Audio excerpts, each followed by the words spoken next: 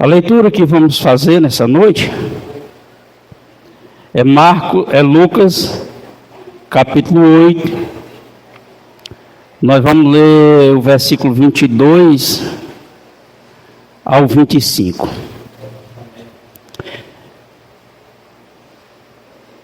Na outra semana passada, eu preguei esse texto, todo o contexto, fazendo a leitura de Marcos, com uma perspectiva dos acontecimentos.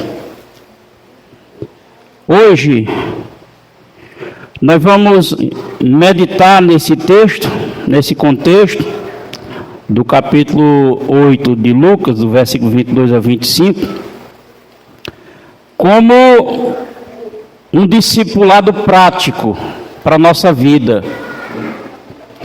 Isso porque o Evangelho, independente da sua corrente teológica, o Evangelho, ele é uma prática de fé. Uma prática, é praticado. O Evangelho é praticado. Jesus disse que aquele que ouve esta palavra e não pratica, ele é imprudente. Que o homem não pode deixar, não pode negligenciar acerca dessa verdade. Mas antes de fazermos a leitura desse capítulo 8, versículo 22 ao 25, eu quero explicar a razão dessa perspectiva desse texto, acerca de forma que nós vamos receber do Mestre como discipulado. Primeiro porque o próprio Jesus disse, e Mateus registrou, capítulo 13, versículo 19, que aquele que ouve a palavra do reino e não entendendo a palavra, a semente que recebe, o maligno, o diabo vem e rouba a semente do coração. Também dentro do Evangelho está escrito que a fé vem pelo ouvir. E a perspectiva do ouvir é esta: você entende, ouve e entende. Entender é compreender, é receber, é acatar, é acolher. Isso é o sentido. Então, quando se ouve a palavra de Deus e não entende, o diabo vem e rouba a semente e a pessoa fica infrutífera. Não há um fruto naquilo que ela ouviu, naquilo que... Porque é por essa razão que vem gerar a fé. É a compreensão da palavra que gera a fé no coração do ser humano.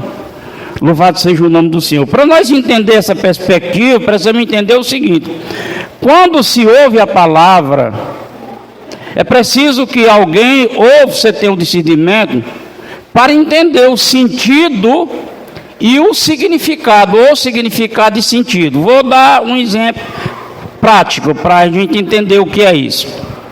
O evangelista João, no capítulo 20, ele encerra o capítulo 20 dizendo que Jesus, ele fez muitos outros sinais, muitos outros milagres, mas que não estava escrito, não estão escrito. Somente 7 foram escritos. No 21 ele diz, o final, que Jesus escreveu, fez muitas coisas, mas se tivesse escrito em todos os livros, nem cabia no mundo, no livro inteiro do mundo não cabia. Então, o significado é: Jesus fez mais do que o que está registrado, porque o significado era a ajuda de Deus para aquelas pessoas. Tinha um significado, Deus estava ajudando. O sentido só foi escrito 7, porque o sentido dos 7, ele diz que é para que a gente creia em Jesus como Filho de Deus. Então, sentido e significado são diferentes. Então, esse texto que está escrito aqui, para nós gerar uma fé para caminhar nessa verdade, do agrado de Deus e nos favorecendo do seu poder, nós precisamos aprender isso aqui. E nós vamos ler esse texto todo ele e meditar como um discipulado prático para nossas vidas. Amém? Então façamos a leitura. Versículo 22. E aconteceu que, num daqueles dias, entrou num barco e os seus discípulos disse-lhes, e com os seus discípulos disse: passamos para outro lado do lago, e partiram.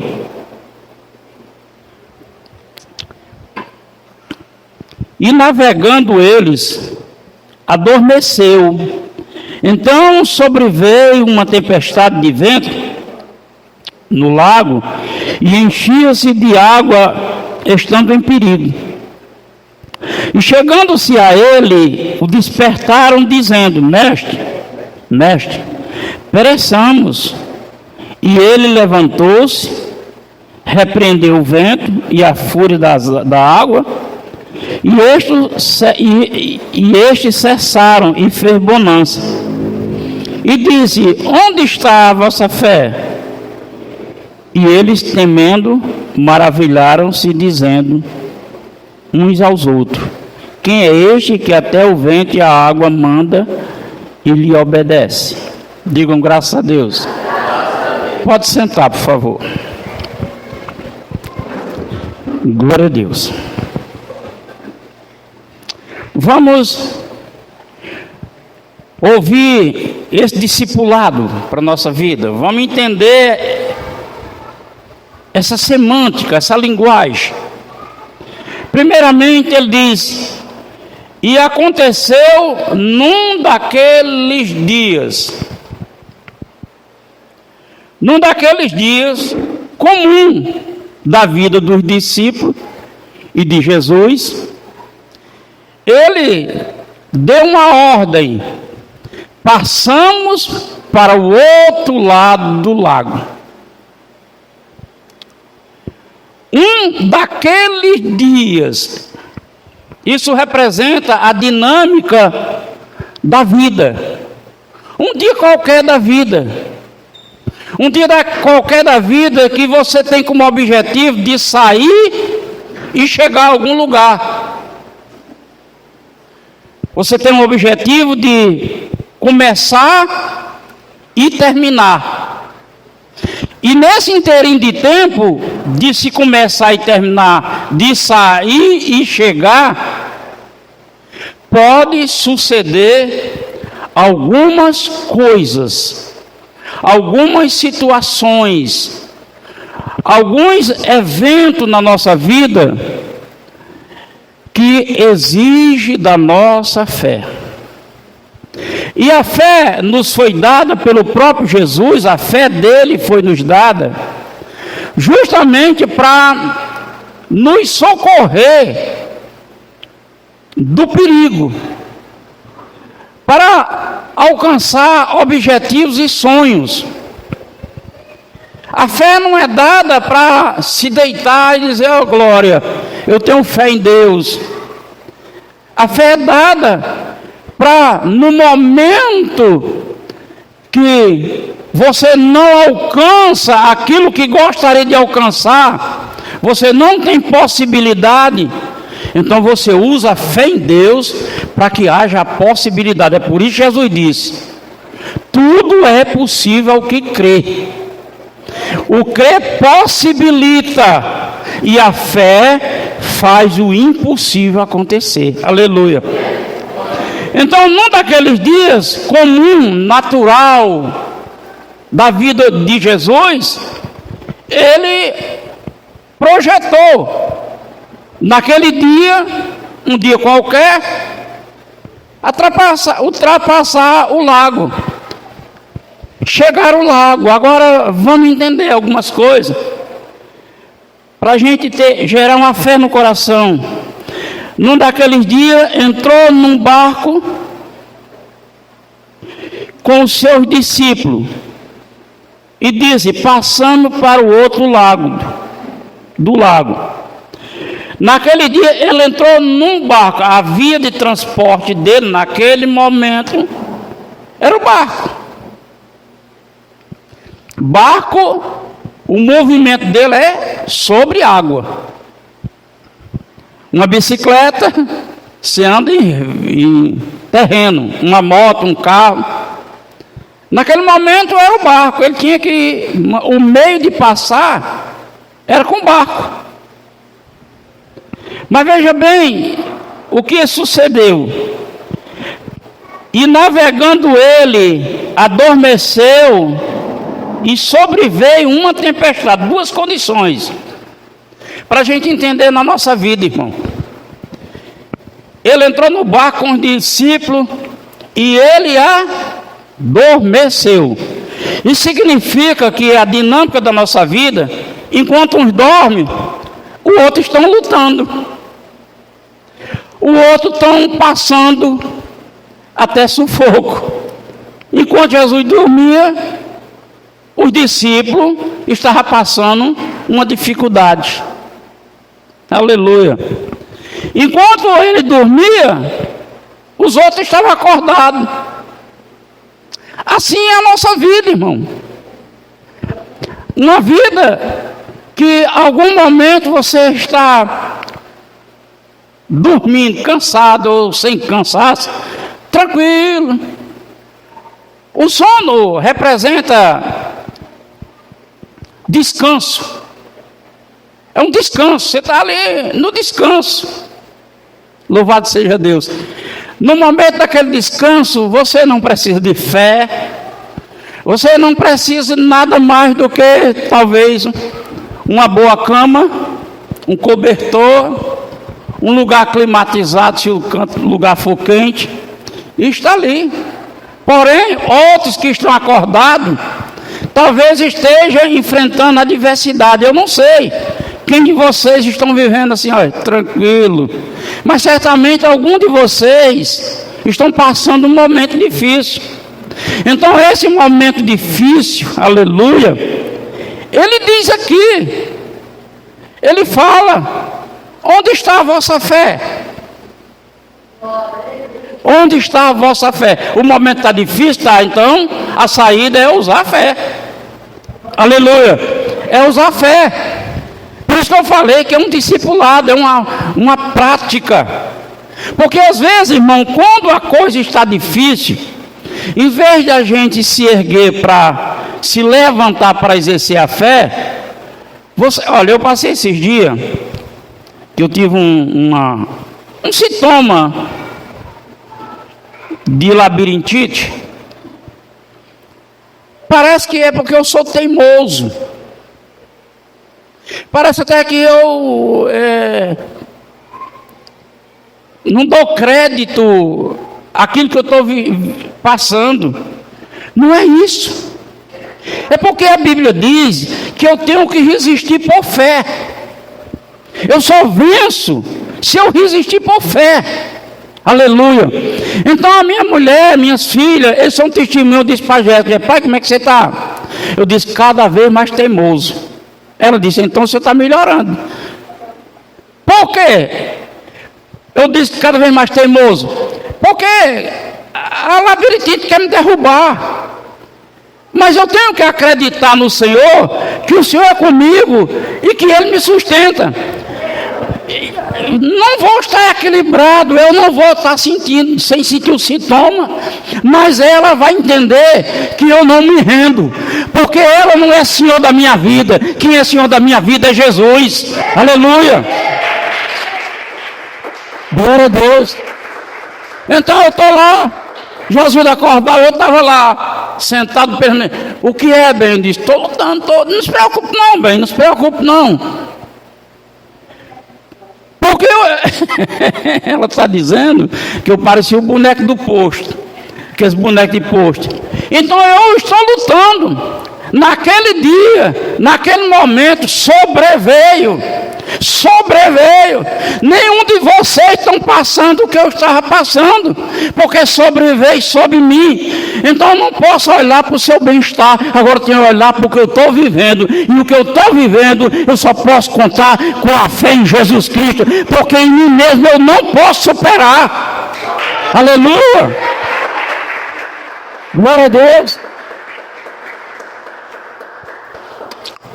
Vamos ver aqui. Ele disse: nós vamos passar para o outro lado. Significa o que para nós? Promessa. Ele está dando uma palavra. Não importa se vai suceder, mas vai suceder comigo e Ele está comigo. E vai se cumprir a palavra. Nós vamos passar para o outro lado, vamos chegar lá. Aleluia. A nossa trajetória com Cristo, com Jesus, é uma trajetória de vitória, irmão. Mas todos vocês trabalham. E você sabe muito, Deus me deu uma palavra um tempo atrás. A minha mulher é muito zelosa, muito limpa, graças a Deus. E ela tem um cuidado de passar o pano e ajeitar. Aí ela passou o pano, ajeitou, veio um redemoinho, empoeirou tudo. Ela foi, limpou de novo. Quando foi à tarde, veio de novo. O mesmo abençoado redemoinho, sujou tudo de novo. Qual era o comum da prática do dia a dia dela? De manhã ela ajeitar, passar o dia todo arrumado e para o outro dia. Nesse dia sucedeu. O que era o objetivo dela em arrumar a casa? Mantê-la limpa. Então, se sujou, vou limpar de novo. Sujou, vou limpar de novo. Até que ela venceu. Mas às vezes, irmão, nós nos acomodamos. Às vezes, irmão, eu lembro da meu primeiro ministério, a mulher do pastor dizia assim, olha, ela contava uma história, olha, vou contar uma história.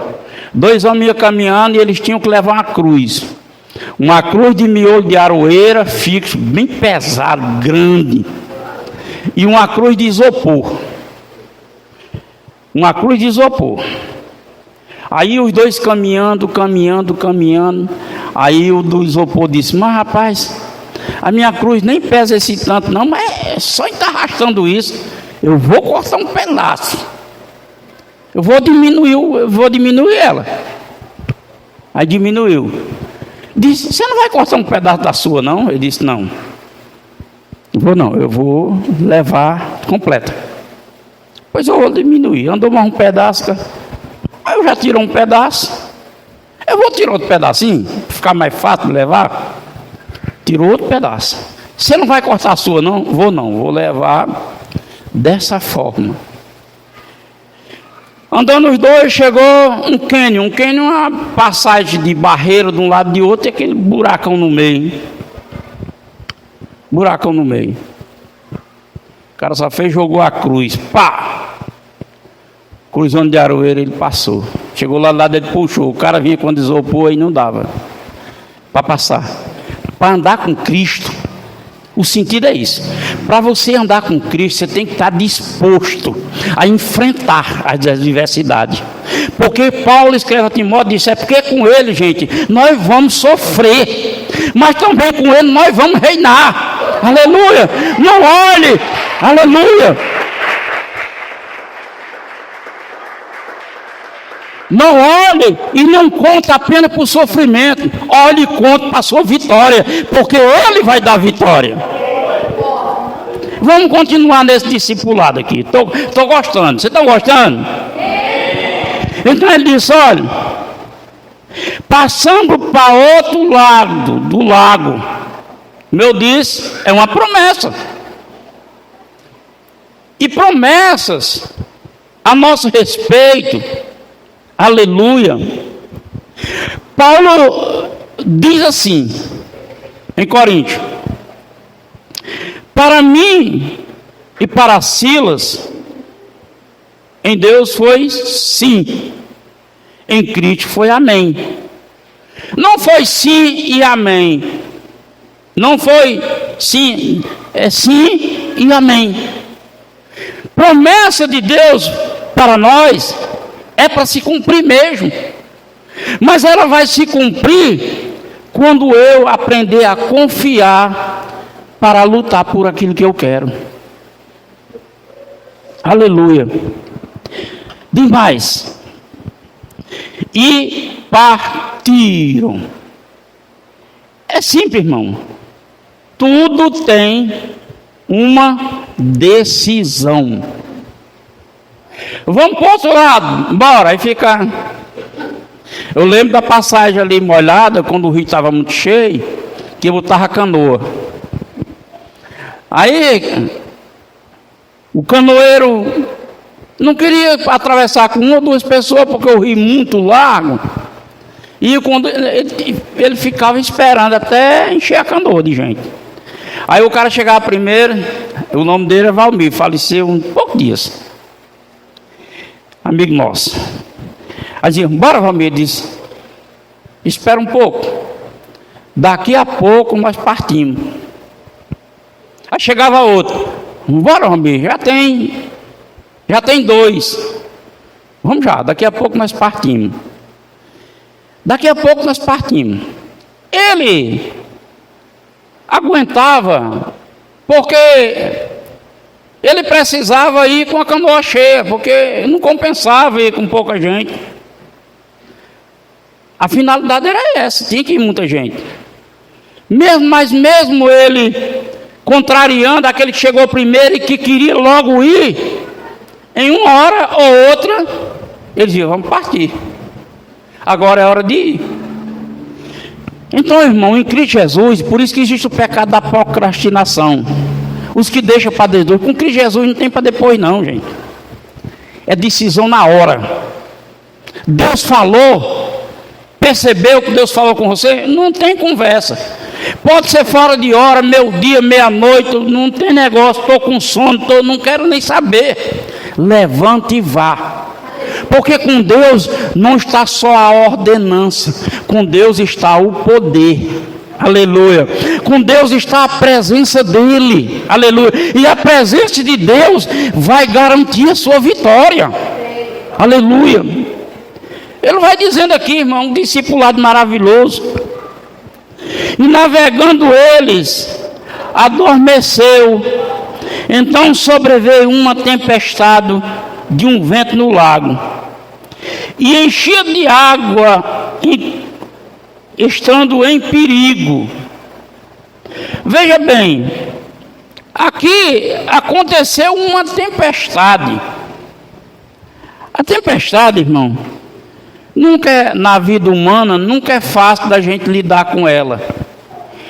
Tempestade significa força que você não tem domínio sobre ela. A tempestade significa isso, uma força que você não tem domínio sobre ela. E quantas coisas, irmão, sucedem na nossa vida que a gente perde o domínio, fica exposto. Às vezes até um vírus gripal, você não tem domínio. Você toma um chá, toma um comprimido, um antigripal, vai ao médico, toma uma injeção, e ele perdura ali 3 dias, 5 dias, não sei. Perdura. Aleluia. Não é assim que funciona? Então, veja bem, essa tempestade, o perigo.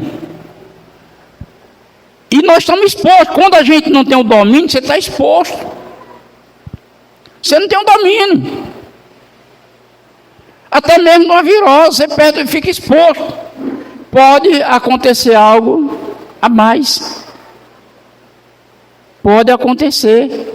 Eu falei, uma gripe, uma virose, uma coisa mais simples. Mas tem outras coisas que vêm como uma tempestade, um furacão, que chega assim dessa forma vem dessa forma e chega como uma tempestade. Acontece, você não está esperando. Ou nunca aconteceu na sua vida chegar algo na sua vida que você não está esperando, algo que vem lhe atrapalhar. Já viu você perda de emprego? Você está tranquilo trabalhando, graças a Deus, de repente o patrão chega e está despedido, está demitido. Ai meu Deus, fui demitido, meu pai, misericórdia, não é assim? Chega de sobreaviso, irmão, porque é algo que você não tem controle. Mas ele vai nos dar uns ensinos aqui maravilhosos. Vamos ver. Glória a Deus. E chegando-se a ele, despertar, dizendo: mestre, mestre, perecemos. Em outros evangelhos diz assim: mestre, você não se preocupa com nós não, que estamos perecendo. Fala até um pouco, Ruda. Agora vamos entender esse sentido. Mestre, mestre. Porque hoje, irmão, nós lemos a palavra e sabemos do que se trata. Sabemos que Jesus é Deus. Sabemos que é o Messias. Sabemos que era o prometido. Sabemos que nós vamos lendo, sabendo que ele ia morrer por nós. Então não gera mais nem um impacto, porque nós já sabemos da história toda. Quem sabe aí da história que Jesus nasceu de uma vez por um propósito de Deus para morrer pela humanidade? Tem mais nem impacto, nós sabemos. Agora vamos para outro cenário. Mestre, mestre, vamos para um cenário de um homem que veio da Galiléia, filho de uma Maria com um carpinteiro, um homem descredibilizado diante da cultura judaica, um homem que alguns pôs a esperança nele pelo fato de haver uma promessa que viria um Messias para alcançar o trono de Davi. E alguns doidos, alguns malucos, olhou para ele e disse: é esse cabo aqui.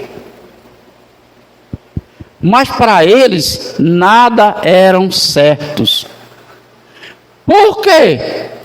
Porque a história de Jesus narrada na Bíblia é a história que é para gerar fé em nós. Mas na época, muitos nasceram de virgem, muitos disseram que era o Messias, muitos adquiriram discípulos e deu em nada. O Jesus para eles podia ser um mais um. Mestre, por quê? Porque ele se comprometeu a ensinar para eles. O que foi a promessa de Jesus para eles? Vou ensinar vocês a pescarem alma. Vocês são pescadores de piaba, de peixe. Agora vou ensinar vocês a pescar. Mestre, porque ele prometeu ensinar. Mas Jesus, aos olhos deles, na época, era uma pessoa comum. E aqui nós tiramos um discipulado de ensino maravilhoso. Ele diz: mestre, mestre. Olha só, irmão, que glorioso Deus nos ensina. Ele diz: mestre, perecemos. Vamos entender isso. O ser humano é carente de socorro. O ser humano é carente de atenção. O ser humano é carente de ajuda. O ser humano é o ser mais carente e dependente que existe. É o ser humano. Então, ele nos ensina o seguinte, isso, irmão, com todo o amor em Cristo Jesus. Vou falar uma coisa. Muito de vocês, ou muito de nós, às vezes, estão passando pelo momento difícil e está esperando um irmão, uma irmã, e visitá-lo. E lá, e aí, como é que está? Vamos fazer uma oração? Pelo menos para a pessoa desabafar. Isso é cristianismo. Isso é corpo de Cristo. E que aquele membro está ali. E sabe, irmão, falta tanto em nós isso. Começando pelo pastor. O pastor adoece, a igreja, poucos. E aí, como é que você está?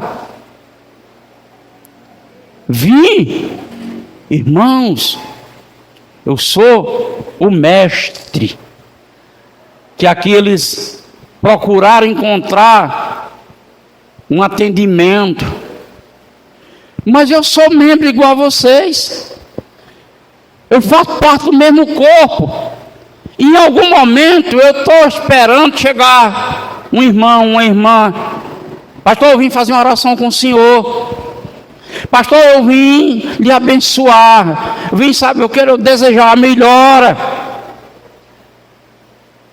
Agora, eu que sou o pastor, que tem uma estrutura, que você deve perceber que eu sou casca grossa, aleluia, você deve perceber que eu sou duro na queda. Às vezes eu me sinto assim, imagino, a partir de hoje, em nome de Jesus, quando você sentir a ausência do irmão, sentir falta, pastor, você dá notícia de antes? Se eu não der, irmão, graças a Deus todos nós temos um transportinho, temos um meio de se locomover, faça uma visita, chega lá, está tudo bem, glória a Deus, irmão, tudo bem, oh glória, que bom encontrar bem, porque eu estava pensando que isso é besteira, aleluia. Os discípulos, mestre, estou precisando agora de uma palavra de conforto, eu estou precisando agora, mestre, de uma palavra de ânimo, estou precisando. E quem de nós em algum momento de dificuldade não precisa disso? Então é preciso a igreja acordar nesse sentido de amar uns aos outros, aleluia. Às vezes tem um vizinho, adoece, é vizinho, toma direção e vai lá, ô meu vizinho, como é que está o senhor, como é que está a senhora? Deixa eu lhe abençoar, deixa eu fazer uma oração. Ah, mas não quero oração de crente não. Tá bom, pois não vou fazer oração de crente não, vou fazer uma oração com o Espírito Santo, do Espírito Santo na sua vida. Faz alguma coisa. Mas a maioria não está entendendo. Ah, eu não vou não. Por isso, aí arranja um pretexto. Aí ele diz aqui, mestre, glória a Deus, mestre, deixa eu ver o que é que está acontecendo, E ele diz, mestre, perecemos. Vamos entender a linguagem. Eles eram pescadores. Eles tinham prática de remo, meu filho. Acostumado a andar nesses mares lá e pegar ventos. Lidar com ventos. Só que aquele vendaval ali, eles não conseguiram lidar. Então, eles já suporam. Perdemos. Não dá. Já se consideraram perecem. E algum texto do Sagrado Evangelho diz assim: mestre, vamos morrer. E ele pede socorro. Pede socorro àquele homem que talvez ele não tivesse nem perguntado que Jesus era carpinteiro. Ei, mestre, você sabe nadar? Você sabe nadar? Talvez ele nem soubesse que Jesus... A Bíblia nem fala que Jesus sabia nadar. Eu acho que ele não sabia não. O que vocês acham? Será que Jesus sabia nadar? Eu acho que não. Sabe por quê? Porque ele não precisava aprender a nadar, porque ele andou sobre as águas. Aleluia, glória a Deus. Mas isso foi revelado depois, irmão. Ele não sabia disso. Como nós, que não sabemos do outro. A gente tem como o corpo está ligado. Paulo escreve aos Efésios, diz que o nosso corpo, o corpo da igreja tem que estar ligado, juntas e medula funcionando. É assim que funciona. E essa prática que esse discipulado está fazendo, irmão, nos ajuda muito a crescer espiritualmente. A igreja é apática porque não pratica, não tem envolvimento. Deus me deu uma palavra, se o Senhor me permitir eu pregar, sábado é Santa Ceia. Vou trazer uma palavra, eu meditei no que o Senhor Jesus disse: eu sou o pão da vida. E eu queimei pestana, e eu orei, e eu espinhei para Deus me dar uma palavra diferente do que nós temos ouvido, do que nós temos pregado. Entender do que Jesus está falando. Porque eu preciso entender. Porque se eu não entender, eu vou gerar fé neste homem que é o pão. E os judeus ignoravam. Ele disse que é o pão, quer que a gente coma ele. Quem já viu? Eles não entendiam. Eu sou o pão. Se você não comer dessa carne, você não tem vida. Quem já viu? Esse homem está doido, querendo que nós comamos carne. Nós não somos nem canibais. Não gerava fé porque eles não entendiam. E por não entender, não gera fé, não se salva, não acontece nada diferente na vida. Assim é nós. Aleluia! Aplauda Jesus enquanto eu tomo um gole d'água.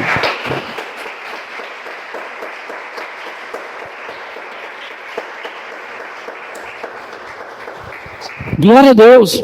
Então vamos lá. Mestre, perecendo. Ele levantou-se, repreendeu o vento e a fúria da água, e eles cessaram, e fez bonança. Quem tem o maior privilégio, baseado no tempo da sociedade, aqueles homens que nem sabia que Jesus era poderoso para fazer isso. Quando ele disse: Senhor, perecemos, ele está dizendo: Senhor, acorda, pega um remo, vamos remar mais nós. Porque é a nossa atitude humana. Velho fulano, me ajuda aqui, eu estou me acabando, me ajuda aqui. Nós entendemos perecemos hoje porque nós sabemos o que está acontecendo e o que aconteceu, mas não sabia não. Então quem leva a maior vantagem? Eles ou nós? Nós, que hoje temos a revelação da graça, que hoje nós temos Jesus presente, um Deus conosco, que tem poder para operar e fazer grandes coisas na nossa vida. Então nós levamos a vantagem é grande. Você está esperando o quê? Para dar um pulo e dizer: eita, estou perdendo é tempo. Como eu disse, irmão, o evangelho é uma prática, independente, como eu disse, da teologia que você creia, que seja pentecostal, neopentecostal, tradicional, seja lá qual for, se não tiver prática, não tem poder de Deus. Se não tiver prática, você não vê a glória. Aleluia. É praticado. Pode ser reformado, pode ser o que for. Se não tiver prática, não, já era. Então ele diz aqui: então ele levantou-se. Veja bem, ele era o mestre aos olhos daqueles que estavam com ele. Acordem, vamos remar, ajudar aqui no remo. Ele, como um homem, claro, pois nós sabemos, ele era Deus encarnado.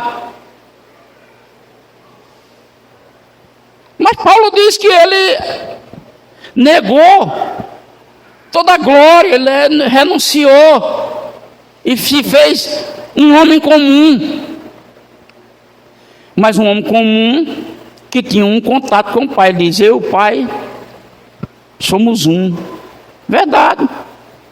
Meu pai, nós somos um mesmo, nós somos um. Agora, veja bem. Como ele abriu mão, mas ele tinha fé. Então ele diz, levantou-se, tomou uma decisão. Ele tomou uma decisão não a favor dos discípulos. Ele não tomou uma decisão que os discípulos pediram socorro. Ele não tomou decisão a favor dos discípulos, não. Ele tomou a decisão a favor de Deus, que prometeu para ele ter poder sobre todas as coisas. Deus fez uma promessa para ele. Deus fez uma promessa para mim e para você. Se levante, abarque a promessa que ele fez e vamos acreditar e tomar posse dela. Aleluia. Glória a Deus. E ele disse, acalma vento, fúria da água e houve a bonança. Ele volta para o discípulo e diz, onde está a sua fé? E eles temendo, maravilhados, dizendo uns aos outros, quem é este? Para você ver como ele não conhecia Jesus, que eles não sabiam que Jesus era Deus. Quem é este? Olha o que eu estou dizendo. Quem é este? Que até o vento e a água manda e lhe obedece. Eles não conheciam Jesus. Eles conheciam o mestre que chamou e fez promessa de ensinar as coisas para eles. Hoje, nós sabemos dessa balela toda, dessa história toda maravilhosa, e podemos agir diferente, irmão. Aí ele diz, ei pessoal, onde está a vossa fé? Em outro evangelho diz assim, por que vós são tão tímidos? Vamos entender, irmão. Para se entender o significado, o sentido das coisas. Por que sois tão tímidos? O que é timidez? A timidez é um comportamento de uma ação social. E ele vem geralmente pelo medo, pela vergonha. É um comportamento de uma reação social. Ah, eu sou tímido, que eu tenho vergonha, que eu não sei como é que vai. Eu tenho vergonha de cantar para vocês, porque você tem medo da reação da sociedade. Isso é timidez. É uma timidez, é um comportamento. E essa reação ou é por medo, ou é por vergonha. Ah, eu tenho vergonha. Essa timidez. Veja bem. É o quê? Comportamento. E comportamento se faz o que com ele? Muda. Se você é tímido, e é por causa do comportamento que a Bíblia diz, e é verdade, e se você pesquisar o que é comportamento, você vai encontrar justamente isso que eu estou falando. Porque tanto na Bíblia como no dicionário é a mesma coisa. É um comportamento que traduz isso, o medo, a insegurança, a vergonha. Como é comportamento, eu tenho que mudar o meu comportamento. Eu tenho que mudar. E como é que eu mudo? Tomando decisão pela fé. Eu decido agora não mais agir deste jeito. Você que é tímido, vem aqui, faça o louvor. Amém, vou agora. Foi assim que eu fiz. Irmão, você está com a oportunidade para louvar. Glória a Deus. Aí lá vai eu. Tropeçar em alguma coisa, não tinha perigo, que eu não olhava para frente. Foi me entregar o microfone, eu pegava assim, para não triscar nele, porque eu estava com a mão gelada. Aí fui cantar. Cumprimentei todo mundo. Estava na igreja, o pessoal todo aí. Poder de Deus, poder de Deus, poder de Deus está aqui. Olha a benção. Cantei uma música relacionada ao que resolveu o meu problema. Agora hoje, como é o pastor Epitácio, soltinho da Silva no sentido de falar. É para quanto? É para uma pessoa? Glória a Deus. É para quanto? É para 100 mil pessoas. Glória a Deus. Então faz um com 100 mil. Porque eu mudei o comportamento pela atitude que eu tive, confiando no Senhor. É isso que você tem que fazer. Aleluia. Eu não disse que aqui é um discipulado? Está gostando? Está aprendendo? Está entendendo? Pois é assim que você tem que fazer. Vou concluir aqui para você entender. Glória a Deus, aleluia. E disse: onde está a sua fé? Onde está a sua fé? A fé está oculta por trás do medo, do sentimento. Está oculta. Onde está a sua fé? Está escondido. Escondido de trás do medo, de trás da incredulidade. Está por trás. Onde está a sua fé? Aí, eis aqui, Senhor, vou tomar uma atitude agora, em nome de Jesus. Pronto, irmão. Aleluia. Essa é a prática do Evangelho. Bem-aventurado o que ouve e pratica. Ouve e pratica. Bem-aventurado, feliz, próspero. Oh, gente, é uma maravilha. Aleluia. Glória a Deus. Então, irmão, essa palavra com sentido e com significados foi Deus me usando pelo Espírito Santo para erguer vocês. Alguém se sentiu confiável agora? Amém. Por aplauda Jesus. Glória a Deus. Aleluia. Glória a Deus. Amém. Amém. E amém. Tome posse da bênção, meus amados. Em nome de Jesus.